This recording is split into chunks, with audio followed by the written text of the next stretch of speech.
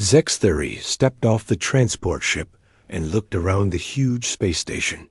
His four eyes moved slowly as he took in the sight of Nexus Prime, the biggest educational center in the galaxy. Students from dozens of different worlds walked through the wide corridors. Some were tall and covered in thick armor like the Korathi warriors. Others looked like living crystals that sparkled as they moved. The ethereals floated past without touching the ground, their minds speaking directly to each other. Then Zexthery saw his first human. The creature was exactly what his teachers had described back on Valaxia. It was small, maybe half the height of a Korathi. Its skin looked soft and pink, with no natural armor or weapons visible anywhere. The human had thin arms and legs that seemed like they might break if someone touched them too hard. Most strange of all, the human had hair growing from the top of its head, something that made Zexthery feel uncomfortable for reasons he could not explain. The human was walking toward him, and Zexthery noticed how it moved. Unlike the confident stride of a Korathi or the graceful float of an ethereal, this human seemed to stumble slightly with each step. As Zexthery watched, the human tripped over its own feet and dropped a small device that clattered across the floor. "Oh no, not again," the human said as it bent down to pick up the device. Its voice was higher than Zexthery expected, almost musical in a way that seemed completely wrong for an intelligent being. Zexthery felt a mix of pity and disgust. This was exactly what his textbooks had taught him about humans. They were clumsy, weak, and barely capable of taking care of themselves. It was amazing that such a pathetic species had even managed to leave their home planet. The human straightened up and looked directly at Zexthery. "Hi there. You must be new. I'm Jake Martinez from Earth. Welcome to Nexus Prime." Zexthery stared at the human for a moment. Back on Valaxia, he had learned that humans were ranked at the very bottom of the galactic intelligence scale. They were considered slightly above the level of clever animals, useful only for simple tasks and basic labor. The fact that this one was trying to have a conversation with him seemed almost insulting. "I am Zexthery of the Valaxian hegemony," he replied, using the formal greeting that his people reserved for speaking to lower species. "I am here to study advanced physics and contribute to galactic knowledge." Jake smiled, showing his small, white teeth. "That's great. I'm studying physics too. Maybe we can help each other out. Want me to show you around?" Zexthery almost laughed. A human offering to help him with physics was like a pet trying to teach its owner how to fly a starship. But his teachers had also told him that humans were harmless and sometimes amusing, so he decided to play along. "Very well," he said. "Lead the way, human." Jake started walking down the corridor, and Zexthery followed. The human kept talking as they moved, pointing out different areas of the station and explaining how things worked.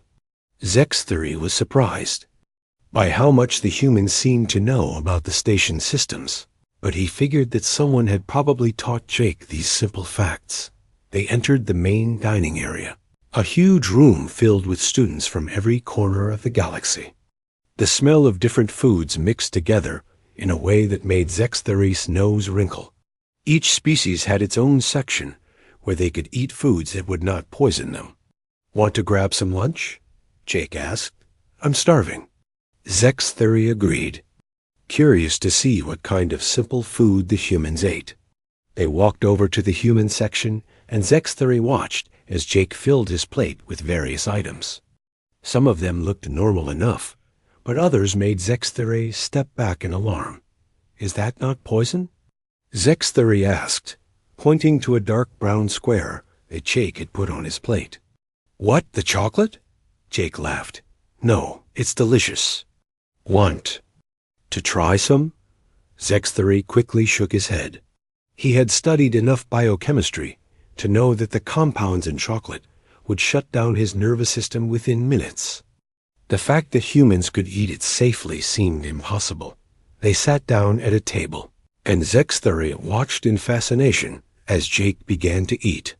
The human consumed not just the chocolate, but also drinks that contained ethanol, a substance that Zextherius people used to clean their laboratory equipment. Jake seemed to enjoy these deadly chemicals, even asking for more. "How do you not die from eating these things?" Zexthery asked. Jake paused with a fork halfway to his mouth. "Die? From chocolate and soda? That's weird. Why would they kill me?" Zexthery explained that both substances were highly toxic to most galactic species. Jake listened with interest, then shrugged. "Humans can eat lots of stuff that's bad for other people," he said. "We're pretty tough that way." After lunch, they went to the library to work on their physics assignments. Zexthery pulled out a complex problem about quantum field interactions that he had been struggling with for days. He began to work through it using the systematic approach that all Valaxian students learned. Jake looked over his shoulder. "Oh, that's an easy one. You're making it too complicated." Zexthery felt insulted. "This is a graduate-level problem. I doubt that a human could understand it. Mind if I show you a trick?" Jake asked. Against his better judgment, Zexthery agreed. Jake took the problem and began to work on it, but his approach was completely different from anything Zexthery had seen before.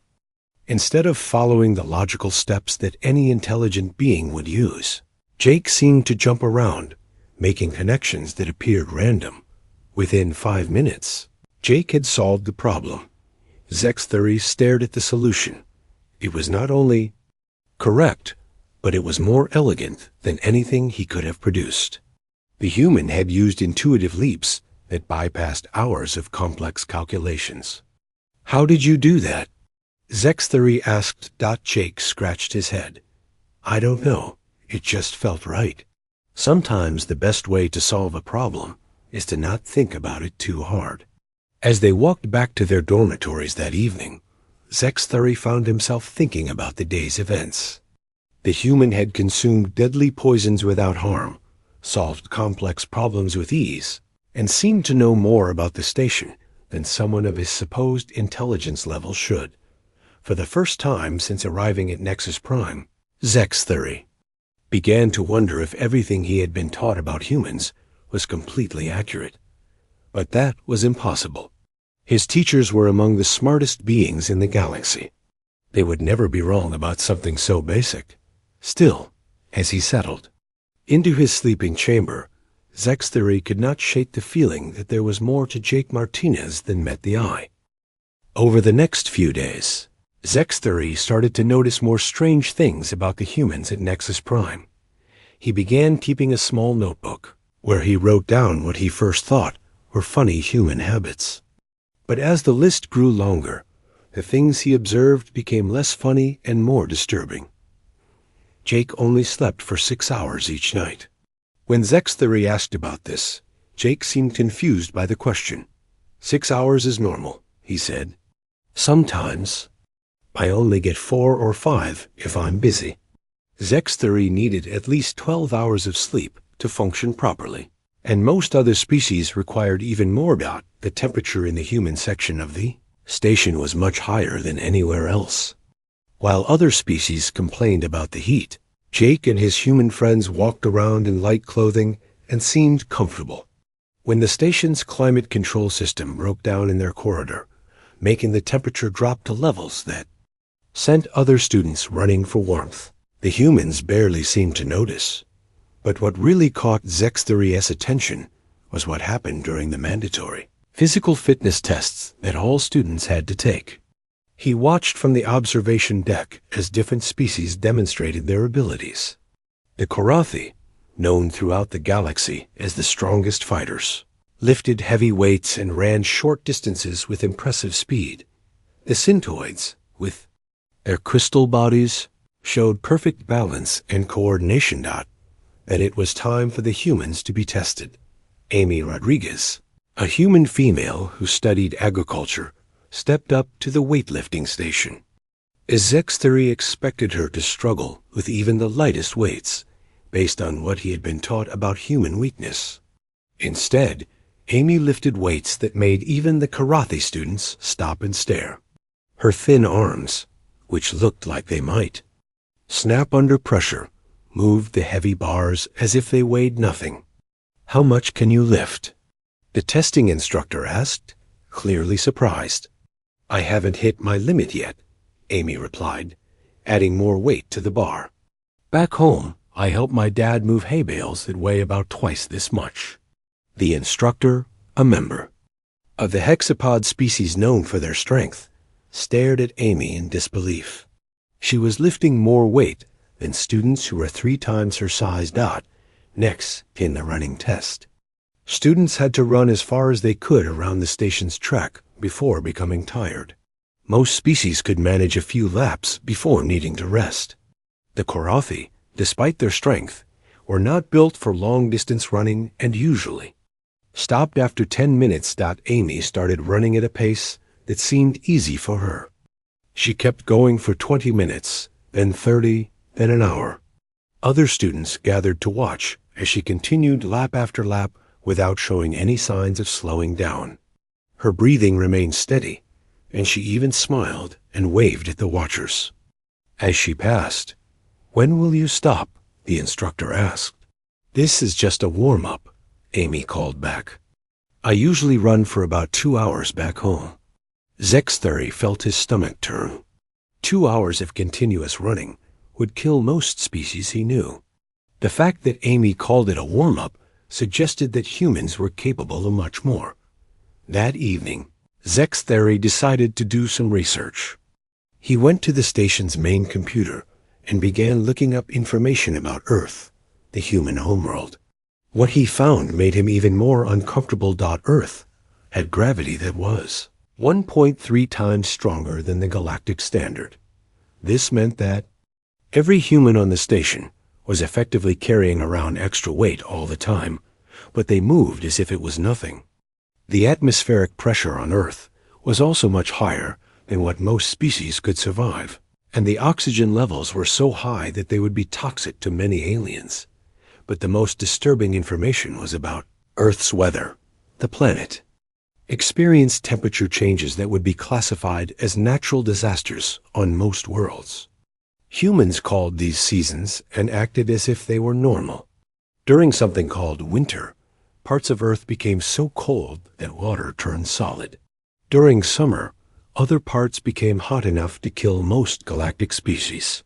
Yet humans lived through these extreme conditions every year. Zexthuri read about Earth's history and found records of events that made his blood run cold. Humans had fought wars involving millions of deaths. They had created weapons that could destroy entire cities in seconds. They had conflicts that lasted for years or even decades, with soldiers fighting in conditions that would break the minds of most species. Jake mentioned these things in casual conversation. He seemed almost embarrassed by them. "Yeah, humans can be pretty violent," he said with a shrug. "We've gotten better about it, though. It's been almost 50 years since we had a really big war." 50 years seemed like a very short time to Zexthuri, whose species had been peaceful for over 1,000 years. The idea that humans considered half a century without major warfare to be an improvement was terrifying. The next day, Zexthuri observed Jake more carefully during their classes. In biology, when they studied different species' healing abilities, Jake mentioned that humans could recover from injuries that would be permanent for other species. "Cut off a human's finger, and sometimes they can reattach it," he said. "Break a bone, and it actually grows back stronger than before." In chemistry, Jake casually handled substances that required other students to wear protective gear. When Zexthuri asked about this, Jake explained that humans had very tough skin and could resist many chemicals that would burn through alien flesh. During their physics class, the professor asked students to calculate the forces that their bodies could withstand. When Jake turned in his assignment, the professor stared at the numbers for a long time. "These calculations must be wrong," the professor said. According to this, humans can survive acceleration forces that would crush most other species. The math is right, Jake said quietly. Humans are built pretty solid. That night, Zexthery tried to access more detailed information about human capabilities, but he found that many files were restricted. The few documents he could read had been heavily edited, with large sections blocked out. This seemed strange for a species that was supposed to be harmless and weak. He managed to find some trade records that showed humans had been selling food and manufactured goods to other species for decades. But when he looked closer, he noticed that the prices humans charged were much lower than what other species would ask for the same items. It was as if humans were deliberately keeping their economy small and weak. Military records were almost completely unavailable, with only brief mentions of minor defensive capabilities and limited patrol vessels. For a species that was supposed to be nearly helpless, humans seemed to be very secretive about their military. The most disturbing discovery came when Zexthery found records of recent galactic conflicts. In several cases, wars had ended suddenly due to equipment failures or tactical mistakes that seemed to favor human interests. Enemy fleets had experienced mysterious system crashes. Weapons had stopped working for no apparent reason. Communication networks had been disrupted at exactly the right moments. These incidents were always explained as coincidences or technical problems, but the pattern was too consistent to be random. Someone with advanced technical knowledge was interfering in galactic conflicts, and the interference always seemed to benefit humanity. As Zexthery lay in his sleeping chamber that night, he realized that everything he had been taught about humans might be completely wrong. They were not weak, clumsy, or harmless. They were strong, intelligent, and possibly very dangerous. But if that was true, then why did they pretend to be helpless? What were they hiding? And more importantly, what did they want? For the first time since arriving at Nexus Prime, Zexthery felt afraid. Zexthery's growing suspicions about humans were about to be confirmed in the most shocking way possible. It happened during what should have been a normal evening in the station's recreation area. Jake and Amy were sitting at a table playing a human game called chess. Zexthery had learned that this game involved military strategy, which seemed odd for a species that was supposed to be peaceful. 3 Korathi students approached their table, and Zexthery could tell from their body language that they were looking for trouble. The Korathi were known throughout the galaxy as the most aggressive and physically powerful species.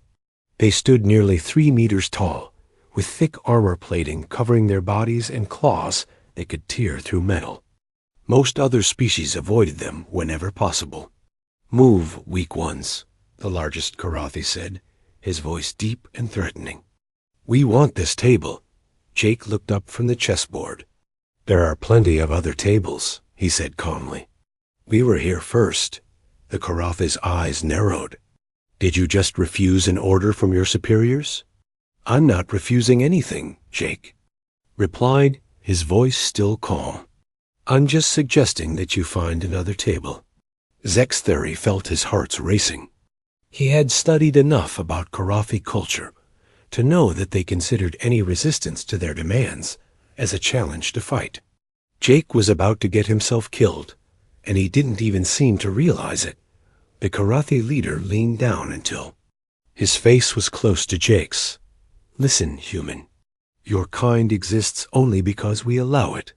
You are weak, pathetic creatures who should be grateful that stronger species protect you. Now move, before I decide to teach you a lesson about respect." Jake set down his chess piece and stood up slowly. He was less than half the height of the Korathi and probably weighed 1/4 as much. To Zexthery, it looked like a child trying to face down a battle tank. "I don't want any trouble," Jake said, "but we're not moving." The Korathi's laugh was like the sound of grinding metal. "You don't want trouble? Then you should have stayed on your pathetic little planet." Without warning, the Karathi struck Jake across the face with his clawed hand. The blow was strong enough to kill most species instantly. Zextheri expected to see Jake's head separated from his body. Instead, Jake's head snapped to the side, and he staggered backward 2 steps. That was all. The Karathi stared in shock. His blow should have been fatal, but the human was still standing. There wasn't even much blood, just a thin line of red across Jake's cheek where the claws had made contact. "That was a mistake, Jake," said quietly. The Karathi roared in anger and struck again, this time with his full strength. Jake moved his head slightly, and the blow missed by inches. The Karathi's claws whistled through the air where Jake's head had been a split second before. What happened next was almost too fast for Zextheri to follow. Jake's hand shot out and grabbed the Karathi's arm. With a quick twist, he used the alien's own momentum to throw him across the room. The massive warrior crashed into a wall hard enough to crack the metal plating. The other 2 Karathi rushed at Jake together. Amy stood up from her chair and moved to help her friend. Zextheri watched in amazement as the 2 humans fought the 3 Karathi warriors. Jake moved like water, flowing around the aliens' attacks and striking back with precise, devastating blows. His movements were completely unlike anything Zextheri had seen in galactic combat training, where other species relied on strength or weapons. Jake seemed to use the enemy's own force against them. Amy fought differently, but just as effectively. She was faster than the Karathi, hitting them dozens of times before they could react. Her small fists struck with incredible force, and each blow seemed to cause serious damage to the heavily armored warriors. Within minutes, all 3 Karathi were on the floor, unconscious or groaning in pain. Jake and Amy stood over them, barely breathing hard. Jake's only injury was the small cut on his cheek, which had already stopped bleeding. "Are you okay?" Amy asked. "I'm fine," Jake replied. "You? No problems here," Amy said, rolling her shoulders. "Though I think I bruised my knuckles on that one guy's armor." Zextheri stared at them in complete shock. 2 humans had just defeated 3 of the galaxy's most feared warriors, as if it was barely an inconvenience. The ease with which they had won was even more frightening than the victory itself. Security guards arrived within minutes, but something strange happened. Instead of arresting Jake and Amy for fighting, the guards seemed more concerned about the Karathi students. They asked the humans if they were hurt and offered to take them to the medical center. "We're fine," Jake said. "It was just a misunderstanding." The lead security guard, a member of the hexapod species, nodded. "I'm sure it was. These incidents happen sometimes. The Karathi students will be disciplined for starting the fight." As the guards carried away the unconscious Karathi, Zextheri noticed something that made his blood run cold. The security cameras in the recreation area had been turned off before the fight began. Someone had deliberately made sure there would be no record of what had happened. The next day, Zextheri heard that the 3 Karathi students had been treated for serious injuries, including broken bones and internal damage. When asked about their injuries, they claimed they had been hurt in a training accident. None of them mentioned the fight with the humans.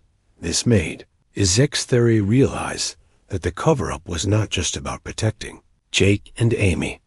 It was about protecting the secret of human capabilities. The station's administration was actively hiding evidence of human strength and fighting ability. Over the following days, Zextheri began to notice other things he had missed before.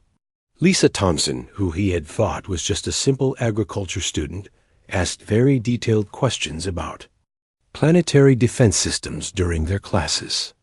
She wanted to know about shield generators, weapon platforms, and fleet movements around different worlds. When professors assumed she was asking because she was curious, Lisa would smile and say she was interested in how agricultural worlds protected their crops from raiders. But Zexthery noticed that her questions were far too specific and technical for someone who just wanted to grow plants.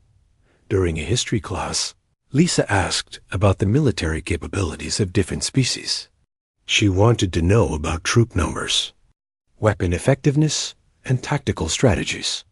Again, she claimed this was just academic interest. But Zexthery could see that she was gathering intelligence. Jake also asked suspicious questions. In engineering class, he wanted to know about the technical specifications of different starship engines. In communication systems class, he asked about encryption methods and signal interception techniques. Like Lisa, he always had innocent explanations for his curiosity. Zexthery began to understand that the humans at Nexus Prime were not really students at all. They were spies, gathering information about every other species in the galaxy. Their supposed weakness was just a disguise that allowed them to move freely through galactic society without being seen as a threat. The most terrifying realization was that if there were human spies at Nexus Prime, there were probably human spies everywhere. Every major world, every important institution, every government and military organization might have humans working within them, pretending to be harmless while collecting vital information. As Zexthery thought about this, he remembered something Jake had said during their first conversation. When asked about Earth's location, Jake had mentioned that it was in a quiet sector that most species considered unimportant. But if humans were secretly gathering intelligence throughout the galaxy, their homeworld was probably the center of a vast espionage network. The galaxy had been deceived. The species that everyone thought was weak and harmless was actually the most dangerous of all. They had been watching, learning, and preparing for something. The question was, what did they want, and what were they planning to do with all the information they had gathered? Zexthery knew he had to warn someone, but he also knew that if he was right about the humans, they were probably watching him too. Zexthery's investigation led him to the station's restricted database section. Using his student access codes, he managed to find classified files about human evolutionary history. What he discovered there made everything else seem pale in comparison. According to the files, humans were the only known species in the galaxy that had evolved as persistence hunters, while every other intelligent species had developed as either prey animals that learned to hide and think, or as ambush predators that used strength and surprise. Humans were something completely different. The files described how early humans had hunted massive animals not by being stronger or faster, but by simply never giving up. They would follow their prey for days, weeks, or even months, never stopping, never resting, until the animal collapsed from exhaustion. Then, when their prey was too tired to fight or run, humans would move in for the kill. Zexthery read about something called persistence hunting with growing horror. Humans could run for hours without stopping, tracking animals across vast distances. They could survive in climates that would kill their prey. They could go without food and water for days while maintaining their pursuit. Most terrifying of all, they seemed to enjoy the hunt itself, not just the reward at the end. The files explained that this hunting method had shaped every aspect of human evolution. Their bodies were built for endurance rather than speed or strength. Their minds were designed to focus on long-term goals instead of immediate rewards. Their entire psychology was based on the idea that any problem could be solved if you just kept working at it long enough. But the most disturbing revelation was that humans had never stopped being hunters. They had simply changed what they hunted. Instead of chasing animals, they now hunted knowledge, technology, and power. They approached every challenge with the same relentless determination that their ancestors had used to bring down woolly mammoths. The implications were staggering. If humans were natural persistence hunters, then their apparent weakness was not just a disguise, it was a hunting strategy. They were making the rest of the galaxy think they were harmless prey while they slowly surrounded and studied there. Real targets. Zexthery thought about all the human behavior he had observed. Jake's casual consumption of toxic substances was not unusual for humans. It was evidence of a species that had evolved to survive in hostile environments. Amy's incredible endurance was not exceptional strength. It was the normal capability of a species built for long-distance pursuit. Even more disturbing was what Jake had told him about human entertainment. Humans regularly watched movies and played games that depicted violence, warfare, and conflict. What other species would find traumatic, humans found enjoyable. They were constantly training their minds for combat and survival, even during their leisure time. Zexthery remembered an incident from the previous week when he had accidentally cut himself on a piece of sharp metal while working in the lab. Jake had immediately produced a small medical kit and began treating the wound with quick, efficient movements. His hands had been steady, his actions precise, and his knowledge of emergency medicine surprisingly detailed. Everyone learns first.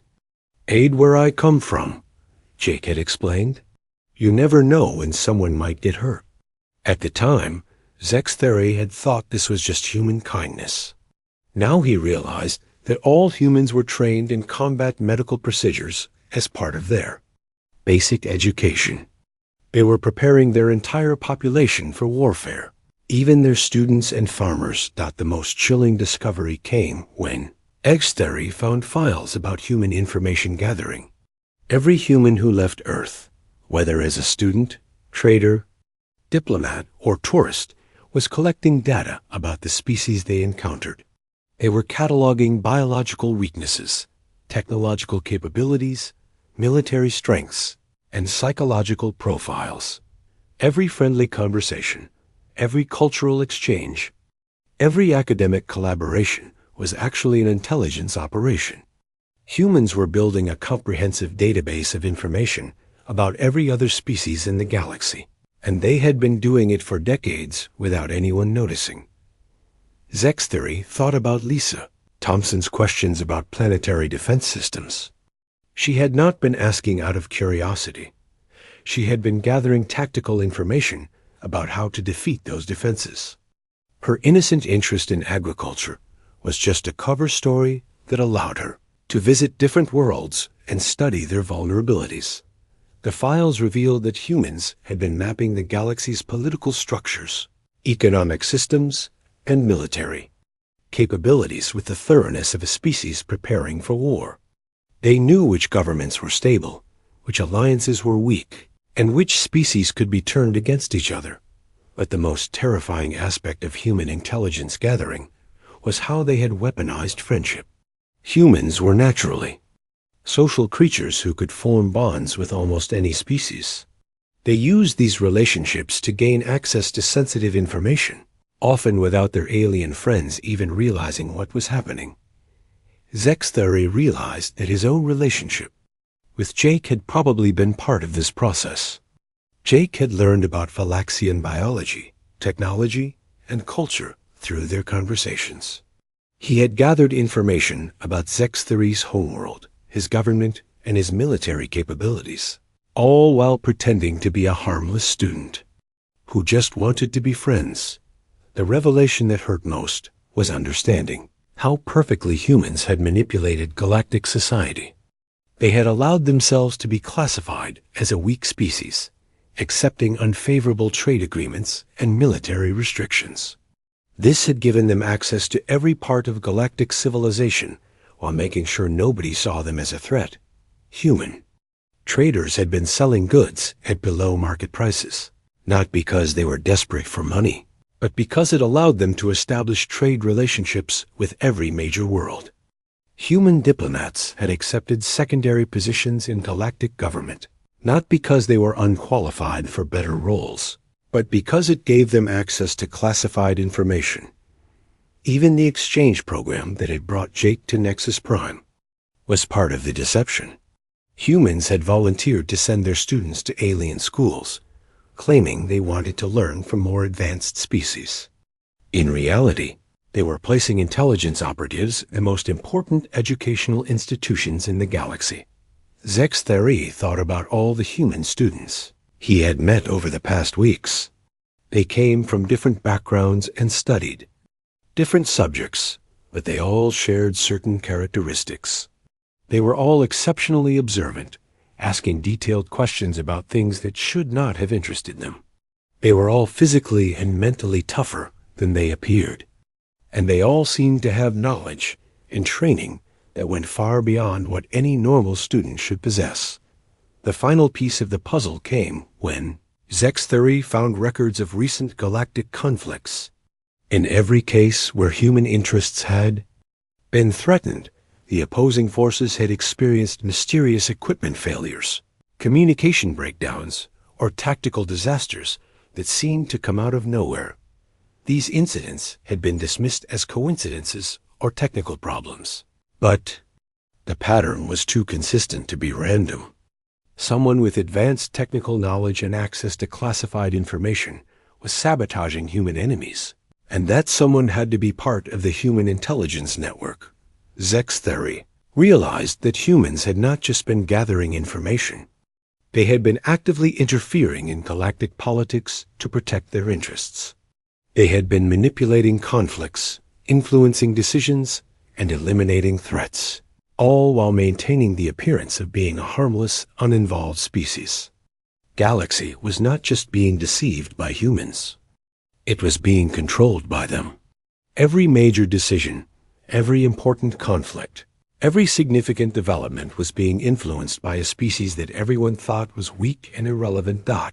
As Zextheri sat in his dormitory that night, staring at the evidence he had gathered, he understood that he had discovered the most dangerous secret in galactic history.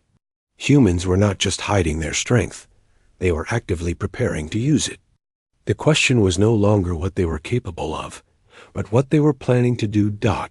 And based on their evolutionary history as persistence hunters, Zextheri knew that whatever humans were planning, they would not stop until they had achieved their goal.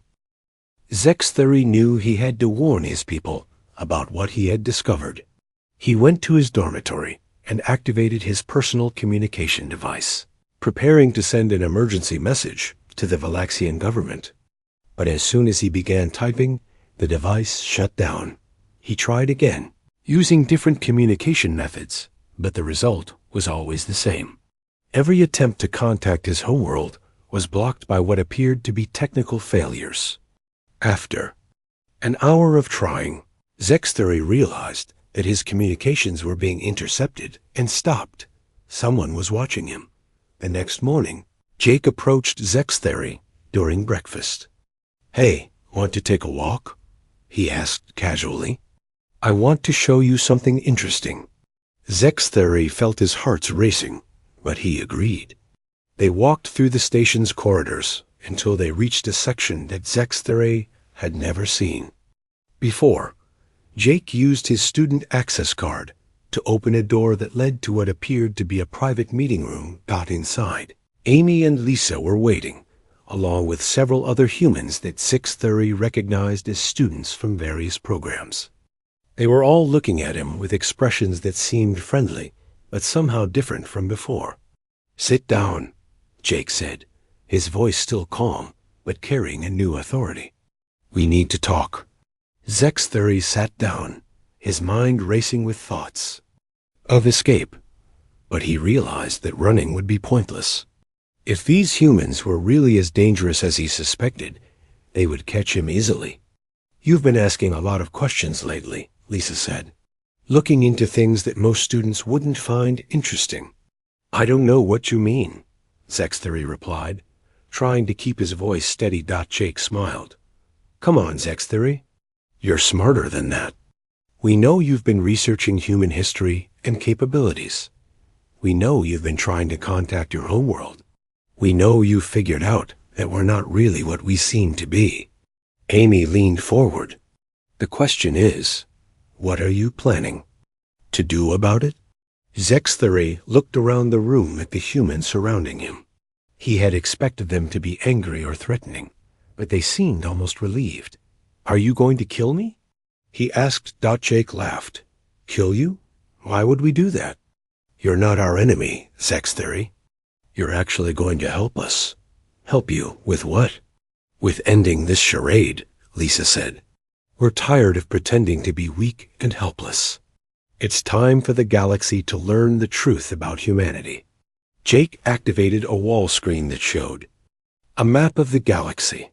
Red dots appeared on hundreds of worlds, representing human operatives and positions throughout galactic civilization.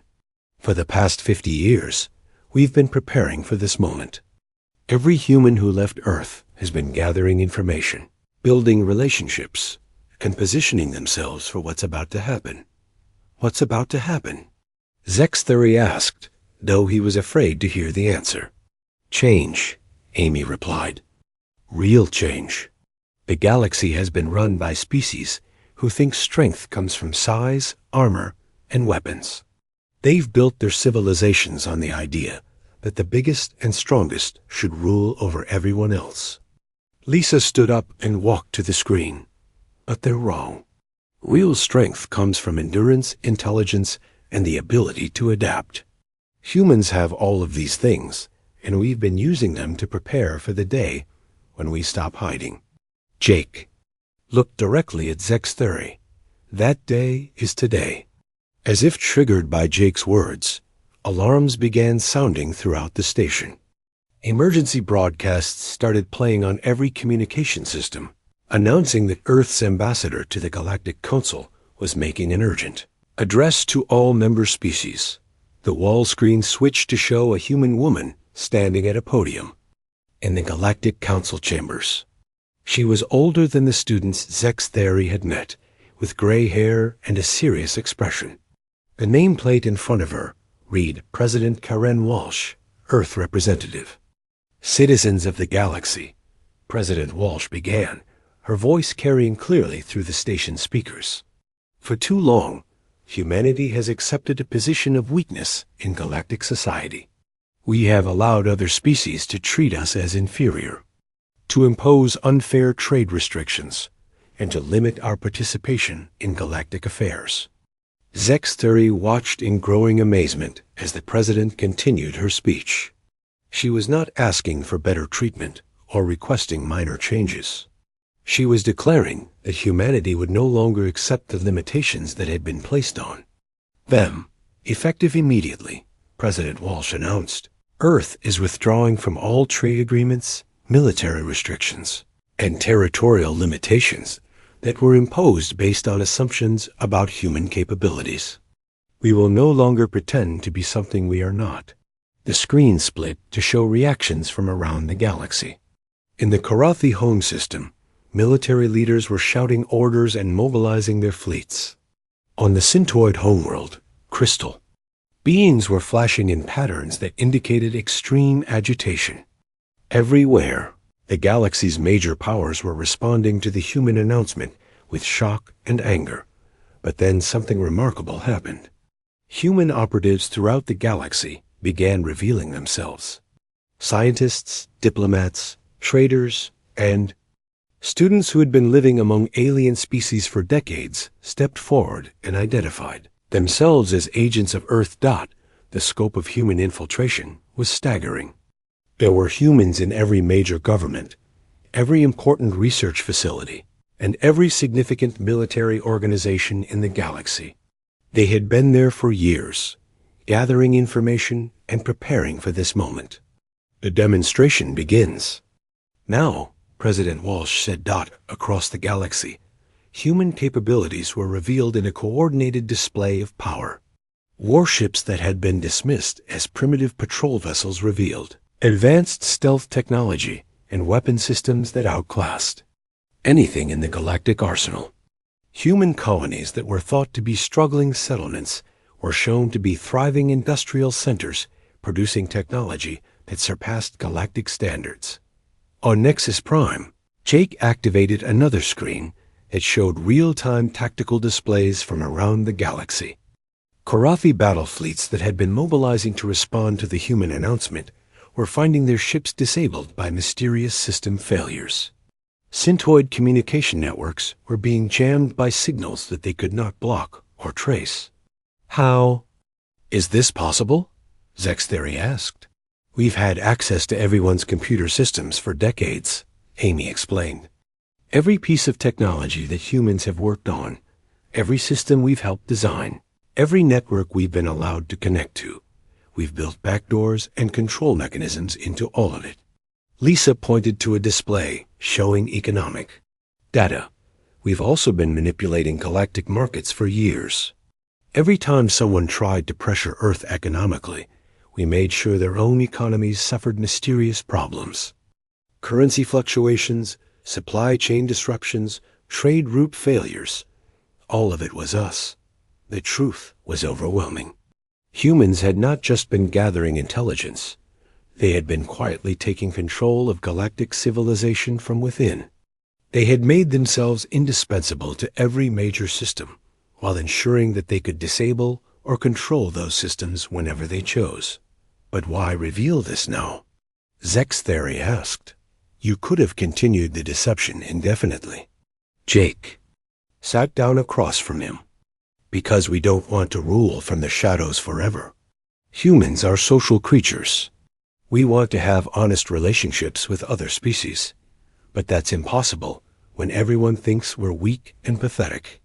We want partners, not subjects. Amy added. But partnership requires respect, and respect requires truth. So we're showing the galaxy who we really are. President Walsh's speech was reaching its conclusion. Humanity seeks peaceful coexistence with all species, she said. But we will no longer accept subjugation or discrimination. The galaxy must choose. Accept us as equals, or face the consequences of trying to suppress us. The demonstration of human power continued for hours. Every major threat to human interests was neutralized with surgical precision. Fleets found themselves stranded without working engines. Governments discovered that their most classified information had been compromised. For years, economic systems that had been used to pressure Earth collapsed under carefully orchestrated attacks. But the most impressive aspect of the demonstration was its restraint. Despite having the power to destroy their enemies, humans chose instead to simply disable them. They proved their strength without causing unnecessary death or destruction. As the day ended, it became clear that the balance of power in the galaxy had shifted permanently. The species that everyone had dismissed as weak had revealed themselves to be the most powerful force in known space. Zexthery found himself in an impossible position. He had discovered the truth about humans, but now the truth was being revealed to everyone. The question was what role he would play in the new galactic order. What happens to me now? He asked. Jake smiled. That's up to you. You can go back to your homeworld and help them understand the new reality. You can stay here and continue your studies now that you know what humans really are. Or you can choose to work with us as we build a better galaxy. Why would you trust me? Because you figured out our secret through careful observation and logical thinking, Lisa replied. That's exactly the kind of intelligence we need as partners. Amy stood up. The galaxy is changing, Zexthery. The old system where strength was measured by size and aggression is ending. The new system will be based on intelligence, cooperation, and mutual respect.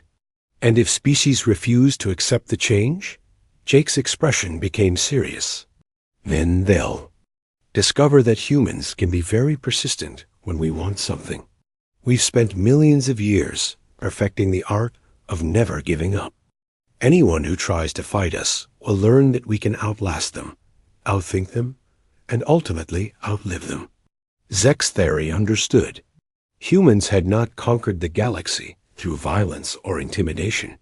They had conquered it through patience, intelligence, and the simple refusal to accept defeat. They had proven that the most dangerous predator was not the one with the biggest claws, but the one that never stopped hunting in the days that followed. Zexthery watched as the galaxy adapted to its new reality. Some species, like his own Valaxians, chose to negotiate new partnerships with humanity based on mutual respect. Others, like the Karathi, initially tried to resist, but quickly discovered that their military might was useless against an enemy that controlled their technology from within. The most remarkable change was in how other species began to view humans. Fear gradually gave way to respect, and respect led to genuine cooperation. For the first time in galactic history, the strongest species was also the most reasonable. Zex-Theri eventually chose to stay on Nexus Prime as an unofficial ambassador between his people and humanity. He helped other species understand that humans did not want to dominate the galaxy. They simply wanted to be recognized for what they really were. The lesson was simple but profound. In a galaxy full of predators, the most dangerous hunter was the one who convinced everyone else that he was prey. And now that the hunt was over, it was time to build something better together.